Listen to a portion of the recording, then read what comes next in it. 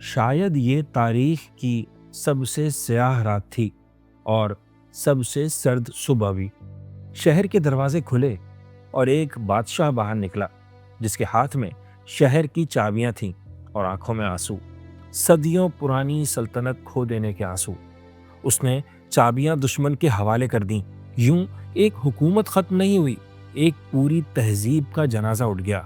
ملک میں اسلام کی روشنی بجھا دی گئی، ایسی کہ آج صدیوں بعد بھی دوبارہ روشن نہیں ہو سکی۔ یہ سکوت غرناطہ کا دن تھا، the darkest day of Muslim history. تاریخ میں سلطنتیں ختم ہوتی ہیں، بادشاہ بدلتے ہیں، نظام چینج ہوتا ہے، یہ سب تاریخ میں ہوتا رہتا ہے، لیکن اندلس میں جو ہوا، اسلامی اسپین میں جو ہوا، وہ روٹین نہیں بلکہ ایک مسٹری ہے۔ وہاں مسلمانوں نے 800 سال حکومت کی، جی ہاں 800 سال، لیکن آج وہاں اسلام کا نشان تک نہیں ملتا۔ آج وہاں ایک بھی ایسا لوکل مسلمان نہیں جس کے آباء و اجداد اس زمانے کے مسلمان ہوں۔ ایسا کیسے ہو سکتا ہے؟ ایک پوری قوم، لاکھوں انسان کیسے غائب ہو سکتے ہیں؟ وہ بھاگ گئے، انہیں مار دیا گیا یا زبردستی مذہب بدلنے پر مجبور کر دیا گیا؟ یہ اسلامی تاریخ کا سب سے بڑا راز ہے، اور آج دریچہ پر ہم اسی راز سے پردہ اٹھا رہے ہیں، اور اس کوشش میں ہم پہنچیں گے کاغذ کے اس ٹکڑے تک جو تقریباً 300 سال بعد اسپین سے نکلا اور پوری مسلم دنیا کو رلا گیا۔ یہ مسلم تاریخ کی سب سے خوبصورت لیکن سب سے دردناک کہانی ہے، ایک گمشدہ جنت کی کہانی ہے، یہ اندلس کی کہانی ہے۔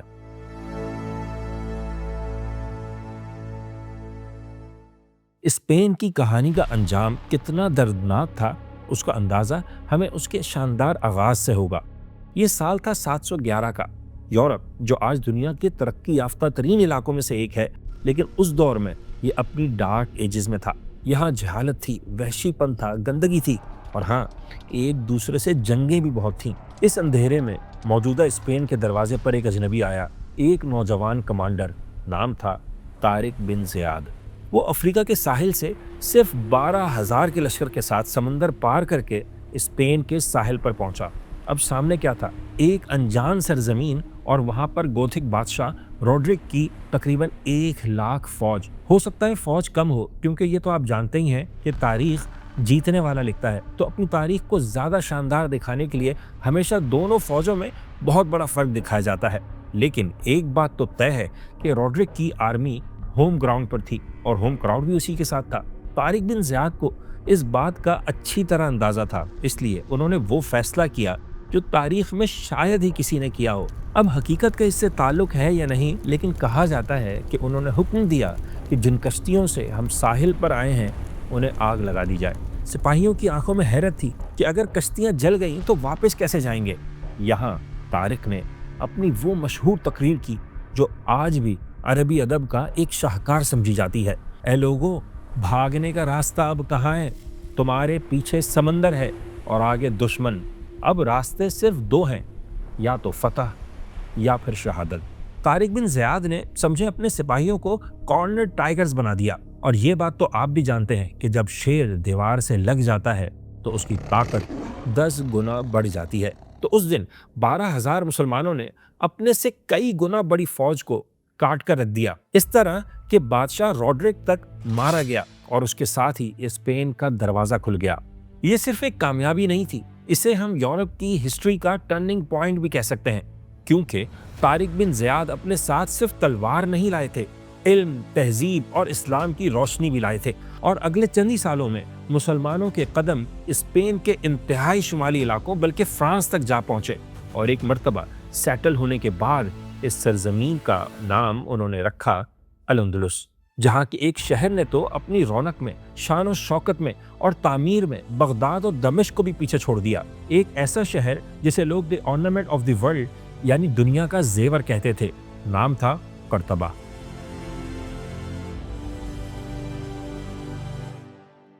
ذرا 1,000 سال پیچھے کی دنیا میں چلیں، اگر آپ اس وقت کے لندن یا پیرس میں ہوتے تو آپ کو کیا ملتا؟ ایسی گلیاں جہاں کیچڑ سے بچے بغیر آپ گزر نہیں سکتے تھے، جہاں گندگی اور غلاظت کے ڈھیر تھے، جہاں نہانے کو گناہ سمجھا جاتا تھا، جہاں پڑھنا لکھنا صرف پادریوں کا کام تھا۔ اسی لیے اسے یورپ کا تاریک دور یعنی ڈارک ایجز کہا جاتا ہے۔ لیکن ٹھیک اسی وقت اسپین میں قرطبہ جیسا شہر تھا جو کسی اور ہی دنیا کا شہر لگتا تھا۔ یہاں کی سڑکیں پکی تھیں، یہاں تک کہ رات کے وقت بھی لیمپ جلا کر انہیں روشن رکھا جاتا تھا۔ یہاں 700 حمام تھے، یہاں ہسپتال تھے جہاں مفت علاج ہوتا تھا، اور سب سے بڑھ کر یہاں علم تھا۔ قرطبہ کی عظیم لائبریری میں 4 لاکھ کتابیں موجود تھیں۔ سوچیں، 4 لاکھ کتابیں، وہ بھی اس وقت جب یورپ کے بڑے بڑے بادشاہ اپنا نام لکھنا تک نہیں جانتے تھے۔ یہاں ابو القاسم الزہراوی جیسے سرجن تھے جو اس زمانے میں آپریشن کر رہے تھے۔ یہاں ابن رشد جیسے فلسفی تھے جو اپنے شاگردوں کو ارسطو کا فلسفہ سمجھا رہے تھے۔ لیکن یہ سب کیسے ہوا؟ اس کے پیچھے ہے ایک ایسے نوجوان کی کہانی جس نے ناممکن کو ممکن بنا کر دکھایا۔ نام تھا عبد الرحمن اول، جنہیں تاریخ صقر قریش یعنی دی فیلکن آف قریش کہتی ہے۔ یہ وہ شہزادے تھے جو سن 750 میں فال آف ڈمیسکس کے بعد شہر سے فرار ہو گئے تھے۔ لیکن کیوں؟ کیونکہ بنو امیہ کی حکومت کا خاتمہ ہو چکا تھا اور شہر میں اس خاندان کے ایک ایک فرد کو قتل کرنے کا حکم تھا۔ عبد الرحمن بھی بنو امیہ کے شہزادے تھے، ان کا ڈیتھ وارنٹ بھی جاری ہو چکا تھا، اس لیے وہ وہاں سے بھاگے۔ وہ اکیلے تھے، نہتے تھے، شام، فلسطین، مصر، کہیں انہیں کسی نے پناہ نہیں دی، کیونکہ خاندان بنو امیہ کے کسی بھی فرد کو پناہ دینے کا مطلب تھا عباسیوں کی نئی حکومت سے ڈائریکٹ جنگ مول لینا۔ عبد الرحمن افریقہ کے صحراؤں میں چھپتے چھپتے بالآخر موجودہ مراکش میں اپنے ننیال پہنچ گئے، اور یہاں انہوں نے وہ منصوبہ بنایا جس کے ذریعے بنو امیہ کی نئی حکومت بنی، وہ بھی اسلامی دنیا کے آخری کونے پر، اسپین میں۔ میں زیادہ تفصیل میں نہیں جاؤں گا، عبد الرحمن اول کے بارے میں ڈیٹیل ویڈیو میں ہم اس پر بات کریں گے۔ مختصر یہ کہ عبد الرحمن اور ان کے جانشینوں نے اندلس میں ایک ایسی حکومت بنائی جسے ہم اسپین کی گولڈن ایج کہہ سکتے ہیں۔ یہاں مسلمان، مسیحی، یہودی سب ایک ساتھ امن سے رہتے تھے۔ اس دور کو تاریخ میں لا کانویونسیا کہتے ہیں، یعنی مل جل کر ساتھ رہنا۔ جی ہاں، تب اندلس رواداری کی ایسی مثال بن گیا تھا جو یورپ نے پہلے کبھی نہیں دیکھی تھی۔ لیکن وہ کہتے ہیں نا کہ وقت کے ساتھ سب کچھ بدل جاتا ہے۔ مشہور ہسٹورین ابن خلدون نے بھی کہا تھا کہ ہر تہذیب اور ہر سلطنت کا ایک نیچرل سائیکل ہوتا ہے۔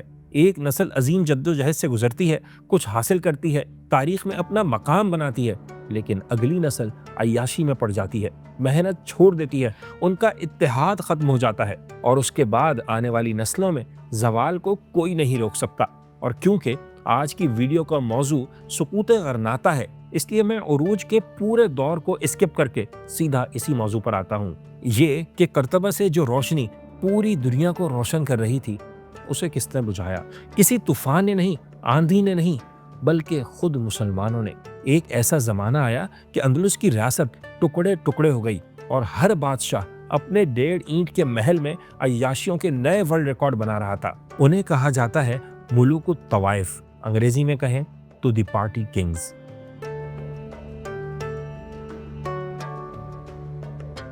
تاریخ کا ایک سبق اچھی طرح جان لیں، کوئی بھی ملک، کوئی بھی سلطنت، کوئی سپر پاور بھی ہو تو تب تک باہر کے حملے سے نہیں تباہ ہوتی جب تک کہ وہ اندر سے نہ مر چکی ہو۔ اندلس میں بھی بالکل یہی ہوا۔ تقریباً 400 سال تک یورپ میں روشنی بکھیرنے کے بعد 11ویں صدی میں یہ ریاست ٹوٹ پھوٹ کا شکار ہو گئی۔ سول وار نے اس کے ٹکڑے ٹکڑے کر دیے۔ اسپین کی اموی خلافت ختم ہو گئی اور اس کی لاش پر بن گئیں 22 چھوٹی چھوٹی ریاستیں۔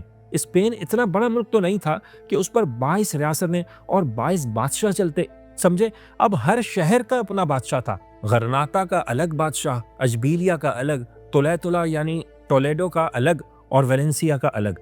اور یہ بادشاہ کون تھے؟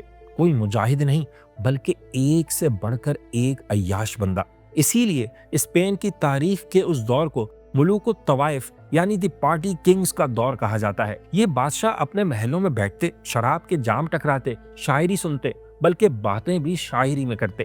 وہ ناچ گانے میں مست تھے، انہیں کوئی ہوش نہیں تھا کہ سرحد سے باہر کیا ہو رہا ہے۔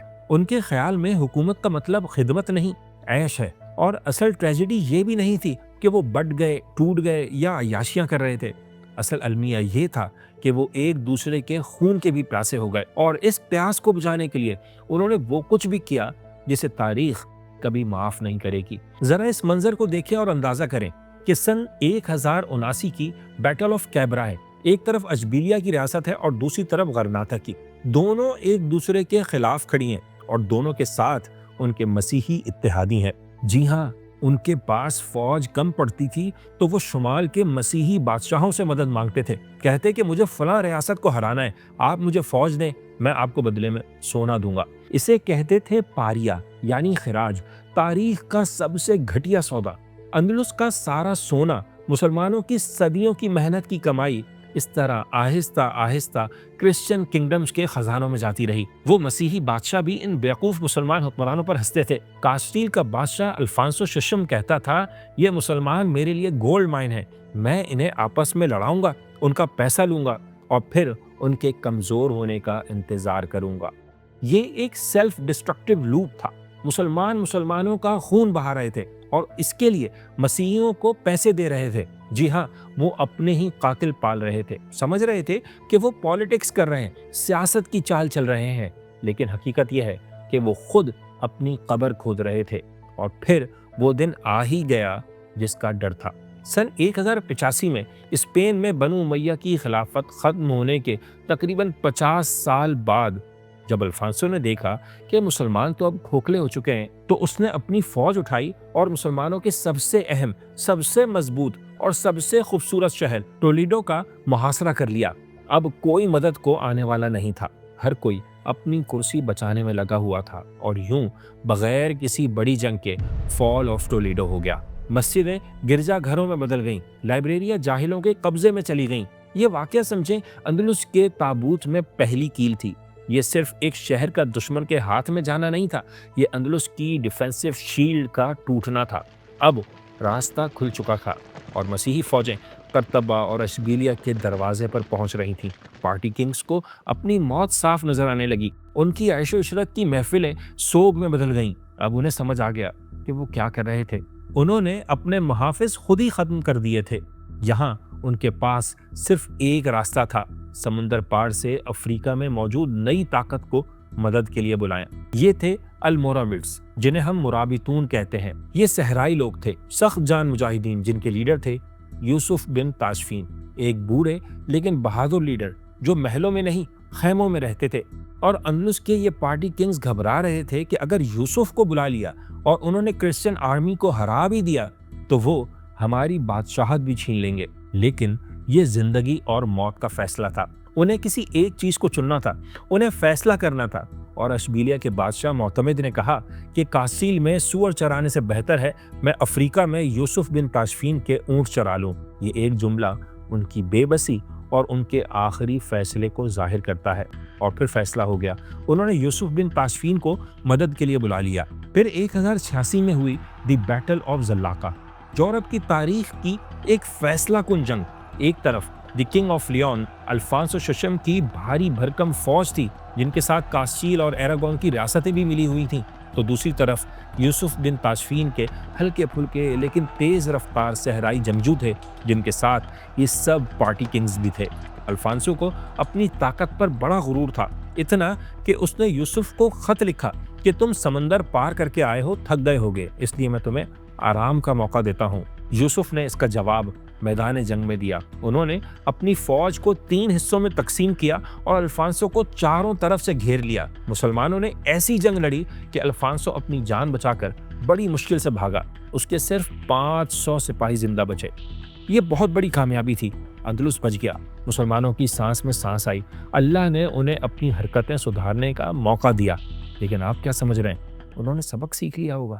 بالکل نہیں۔ یہی اس کہانی کا سب سے بڑا المیہ ہے کہ جیسے ہی خطرہ ٹلا، یوسف بن تاشفین واپس افریقہ چلے گئے۔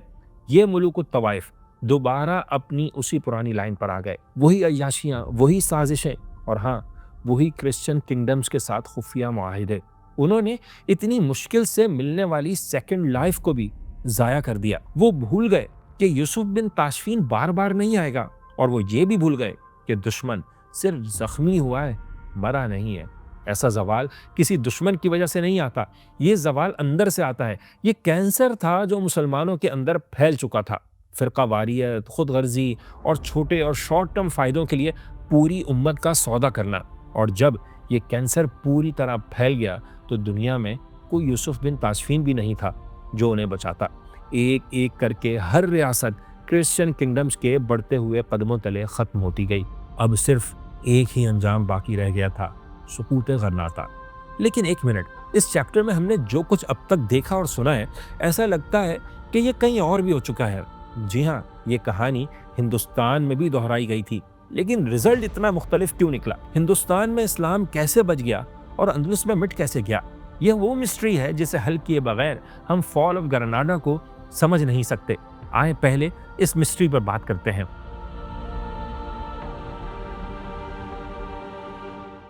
دنیا کے نقشے پر ان دو علاقوں کو دیکھیں۔ یہ دو بالکل الگ الگ ریجنز ہیں، ان کا آپس میں کوئی ڈائریکٹ لنک نہیں ہے، لیکن تاریخ میں ایک حصہ ایسا بھی آیا جس میں ان دونوں کی کہانی بالکل ایک جیسی تھی۔ یہ ہندوستان اور اندلس یعنی اسپین ہے۔ دونوں ایسی جگہیں جہاں مسلمان فاتح بن کر آئے۔ اسپین میں طارق بن زیاد اور ہندوستان میں محمد بن قاسم اور ان کے بعد محمود غزنوی اور شہاب الدین غوری، دونوں جگہ پر مسلمان مینورٹی میں تھے۔ وہاں مسیحی آبادی زیادہ تھی اور یہاں ہندو میجورٹی تھی، اور دونوں جگہوں پر مسلمانوں نے صدیوں تک راج کیا۔ اسپین میں تقریباً 800 سال اور ہندوستان میں بھی لگ بھگ اتنا ہی عرصہ، اور دونوں جگہ ان سے حکومت چھن گئی۔ لیکن اس کے بعد رزلٹ اتنا مختلف کیوں نکلا؟ آج ہندوستان میں ہندو تو اکثریت میں ہیں، لیکن اسی ریجن میں ہندوستان، پاکستان اور بنگلہ دیش میں کل ملا کر 60 کروڑ سے زیادہ مسلمان بستے ہیں۔ ان سے اقتدار چھن گیا، لیکن قوم باقی رہی، ان کی اذانیں باقی رہیں۔ لیکن اسپین، وہاں 1492 کے بعد، فال آف گرناڈا کے بعد 100 سال کے اندر اندر ہی مسلمانوں کا نام و نشان مٹ گیا۔ آج وہاں اس زمانے کے مسلمانوں کی کوئی اولاد شاید ہی ایز اے مسلم باقی بچی ہے۔ لیکن کیوں؟ آخر ہندوستان کا اسلام کیسے بچ گیا اور اندلس کا اسلام کیسے مٹ گیا؟ اس کا جواب کسی تلوار میں نہیں بلکہ سوشل روٹس میں چھپا ہے۔ حقیقت یہ ہے کہ ہندوستان میں اسلام بادشاہوں کے ذریعے پھیلا ہی نہیں تھا۔ معذرت کے ساتھ، محمود غزنوی سے لے کر بہادر شاہ ظفر تک کسی بادشاہ نے اسلام کی تبلیغ اور اسے پھیلانے کی کوشش نہیں کی۔ حالانکہ یہ کسی بھی مسلم ریاست کا کام ہے، اس کی وجوہات جو بھی ہوں، لیکن ہندوستان میں اسلام صرف اور صرف صوفیاء کرام کی کوششوں سے پھیلا۔ یہ خواجہ معین الدین چشتی، علی حجویری اور نظام الدین اولیاء جیسے لوگ تھے جنہوں نے عوام کے دلوں میں جگہ بنائی۔ انہوں نے مقامی لوگوں سے نفرت نہیں کی، انہیں گلے لگایا۔ انہوں نے مقامی زبان اپنائی، مقامی لباس اپنایا، مقامی کلچر کو سمجھا۔ نتیجہ، اسلام ہندوستان کی مٹی میں رچ بس گیا۔ وہ ایک غیر ملکی مذہب نہیں رہا بلکہ ہندوستان کا اپنا مذہب بن گیا۔ یہاں کے غیر مسلموں نے بھی مسلمانوں کو اپنے سماج کا حصہ مان لیا۔ یہ انٹیگریشن کی طاقت تھی۔ لیکن اندلس میں کیا ہوا؟ وہاں بھی لا کنوینسیا کے دور میں امن تو رہا، لیکن انٹیگریشن کہیں نظر نہیں آئی۔ ہندوستان میں اور اسپین میں یہی سب سے بڑا فرق تھا۔ وہاں کے مسلمان حکمران اور ایلیٹ کلاس ہمیشہ خود کو عرب یا بربر سمجھتی رہی، اور وہاں کے لوکل کرسچنز انہیں ہمیشہ مورز یعنی باہر والے ہی سمجھتے رہے۔ اتنی صدیوں کے بعد بھی وہاں سوشل انٹیگریشن اس لیول پر ہوئی ہی نہیں جیسی ہندوستان میں ہوئی۔ پھر سب سے بڑا فرق دشمن کا بھی تھا۔ ہندوستان میں ہندو سماج بری طرح بٹا ہوا تھا، ذات پات کا نظام تھا، ان کے پاس کوئی مرکزی مذہبی ادارہ نہیں تھا جو مسلمانوں کے خلاف منظم ہو کر لڑتا۔ لیکن اسپین میں حالات بالکل مختلف تھے۔ وہاں مسلمانوں کا مقابلہ صرف بادشاہوں سے نہیں تھا، وہاں ان کا مقابلہ کیتھولک چرچ سے تھا، ایک ایسا ادارہ جو بڑا ہی آرگنائز بھی تھا، پاورفل بھی، اور ہاں، مذہبی لحاظ سے جنونی بھی۔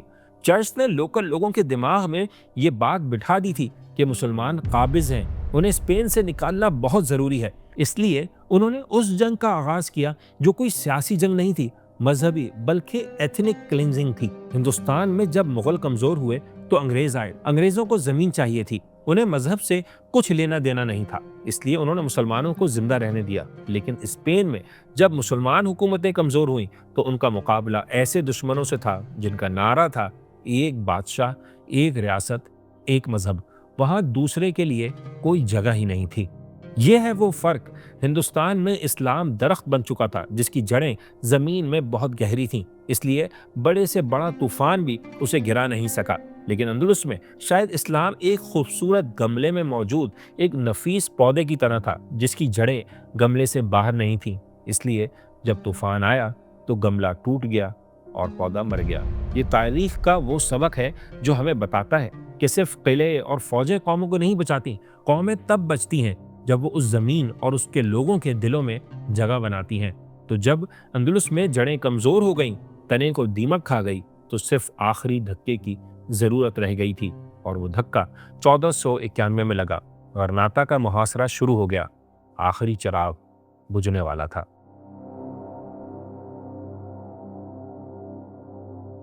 سن 1491 کبھی فرانس سے لے کر اسپین اور پرتگال تک پھیلی ہوئی مسلم ریاست اب سکڑ کر صرف ایک شہر تک رہ گئی تھی، یہ تھا غرناطہ، اسپین میں مسلمانوں کا آخری قلعہ، ان کی آخری پناہ گاہ، جس کے دروازوں پر اب اسپین کے دو سب سے طاقتور حکمران کھڑے تھے، فرڈینینڈ II آف ایراگون اور ایزابیلا I آف کیسٹیل۔ انہوں نے شادی کر کے اپنی ریاستوں کو بھی آپس میں ملا دیا تھا، صرف ایک مقصد کے لیے، اسپین سے مسلمانوں کا خاتمہ۔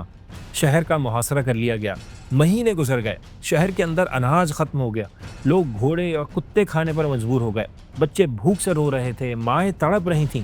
لیکن سب سے بڑا ڈرامہ شہر کی گلیوں میں نہیں بلکہ الحمرا کے محل کے اندر ہو رہا تھا، جہاں دو سوچیں آپس میں ٹکرا رہی تھیں۔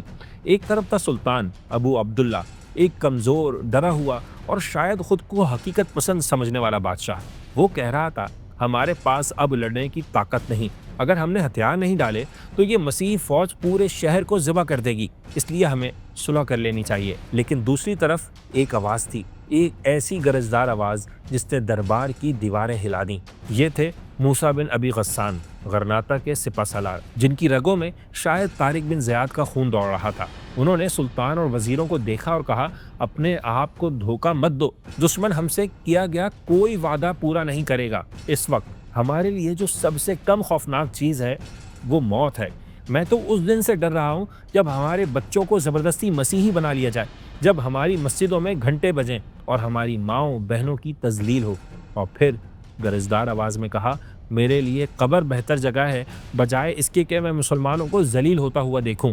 موسیٰ ابو عبداللہ سے زیادہ حقیقت پسند تھے، وہ جانتے تھے کہ ٹولیڈو میں کیا ہوا، انہیں پتا تھا کہ قرطبہ میں کیا ہوا، کہ جہاں مسلمانوں کی عظیم ترین مسجد قرطبہ کو گرجا بنا دیا گیا تھا۔ یہ بات یقیناً درباریوں کو بھی پتہ ہی ہوگی، اس لیے یہ تقریر سن کر دربار میں خاموشی چھا گئی، اور پھر فیصلہ ہو گیا۔ جی نہیں، وہ فیصلہ نہیں جو آپ سمجھ رہے ہیں۔ غرناطہ کے امیروں، وزیروں اور خود سلطان نے بھی زندگی کو چن لیا، ذلت کا انتخاب کر لیا، جبکہ موسیٰ نے اپنی تلوار اٹھائی اور اکیلے دربار سے نکل گئے۔ تاریخ بتاتی ہے کہ وہ گھوڑے پر بیٹھ کر اکیلے دشمن کی فوج میں گھس گئے اور لڑتے لڑتے شہید ہو گئے۔ کچھ ہسٹورینز کے مطابق وہ قریبی دریا میں کود گئے تاکہ ان کی لاش بھی دشمن کے ہاتھ نہ لگے۔ غرناطہ کی سرزمین سے غیرت بالآخر رخصت ہو گئی، اور پھر آیا وہ منحوس دن، 2 جنوری 1492۔ شہر کے دروازے کھول دیے گئے، سلطان ابو عبداللہ سر جھکائے باہر نکلا اور شہر کی چابیاں فرڈینینڈ اور ایزابیلا کے حوالے کر دی۔ الحمرا کے سب سے اونچے مینار پر لگا پرچم اتار دیا گیا اور چاندی کی صلیب لگا دی گئی۔ مسلمان 800 سال سے جس زمین کے مالک تھے اب وہاں کرایہ دار بن چکے تھے۔ ابو عبداللہ اپنے خاندان کے ساتھ جلا وطن ہو گیا اور جاتے جاتے ایک پہاڑی چوٹی سے پلٹ کر آخری بار اپنے خوبصورت محل، اپنے شہر، اپنی کھوئی ہوئی جنت کو دیکھا اور اس کی آنکھوں سے آنسو جاری ہو گئے۔ اس پہاڑی کو آج بھی سسپیرو دل مورو یعنی انگریزی میں دی مورس سائے کہتے ہیں، جس کا مطلب ہے مسلمانوں کی آخری آہ۔ یہاں ابو عبداللہ کی بوڑھی ماں نے اسے وہ کہا جو آج بھی تاریخ کا سب سے بڑا طعنہ ہے کہ جس کی حفاظت تم مردوں کی طرح نہیں کر پائے، اب اس سلطنت کے لیے عورتوں کی طرح مت رو۔ غرناطہ ختم ہو گیا، فال آف گرناڈا کے ساتھ مسلمانوں کا الاندلس ختم ہو گیا، اور یہ صرف ایک حکومت کا خاتمہ ثابت نہیں ہوا بلکہ دنیا کی تاریخ کے سب سے بڑے جیو پولیٹیکل شفٹ کا آغاز بن گیا، کیونکہ اسی دن فرڈینینڈ اور ایزابیلا کے اسی دربار میں ایک اور بندہ بھی کھڑا تھا جس کے ہاتھ میں دنیا کا نقشہ بدلنے کا منصوبہ تھا۔ نام تھا کرسٹوفر کولمبس۔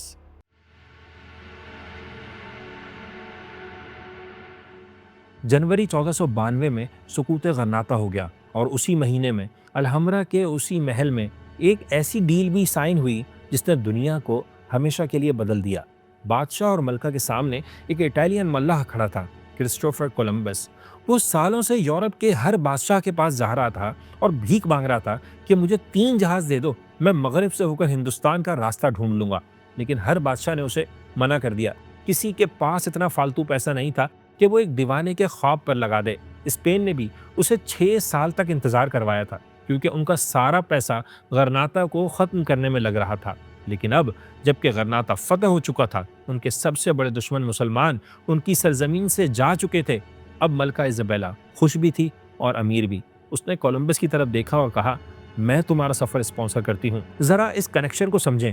سقوط غرناطہ کولمبس کے سفر کی وجہ بنا۔ اگر مسلمان نہ ہارتے تو شاید کولمبس کو کبھی جہاز نہ ملتے اور امریکہ شاید کئی سالوں بلکہ صدیوں تک دریافت نہ ہوتا۔ تو اگست 1492 میں کولمبس اپنے مشہور سفر پر نکلا اور اکتوبر میں وہ ایک نیو ورلڈ میں پہنچ گیا۔ وہ ہندوستان تو نہیں ڈھونڈ پایا، لیکن اس سے کہیں بڑی لاٹری ضرور نکل آئی تھی۔ اس نے یورپ کے لیے سونے اور چاندی کے 2 نئے بر اعظم ڈھونڈ لیے۔ یہ تاریخ کا سب سے بڑا پاور شفٹ ثابت ہوا، کیونکہ اگلے 100 سالوں میں اسپین اور پھر باقی یورپ نے امریکہ سے اتنی دولت لوٹی کہ یورپ کی قسمت ہی بدل گئی۔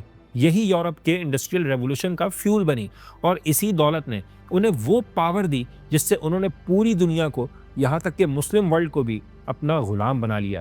یہ آئرنی ہے کہ ہمارے زوال نے ان کے عروج کا راستہ کھولا۔ ہم ایک جزیرہ نما آئیبیرین پیننسولا کو کھو کر رو رہے تھے، لیکن وہ بدلے میں 2 بر اعظم جیت چکے تھے۔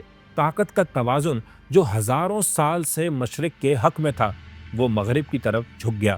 ہمیشہ کے لیے تو نہیں، لیکن شاید بہت بہت لمبے عرصے کے لیے۔ لیکن کہانی یہیں پر ختم نہیں ہوتی۔ امریکہ دریافت ہو گیا، اسپین میں مسلمانوں کی حکومت ختم ہو گئی، لیکن ان لاکھوں مسلمانوں کا کیا ہوا جو اسپین میں پیچھے رہ گئے تھے، جن سے وعدہ کیا گیا تھا کہ انہیں مذہبی آزادی ملے گی؟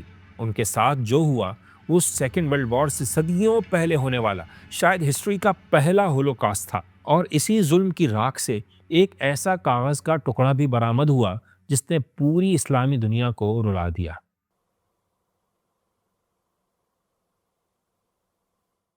فرڈینینڈ اور ایزابیلا کا مسلمانوں کو مذہبی آزادی دینے کا وعدہ صرف اور صرف ایک دھوکہ تھا۔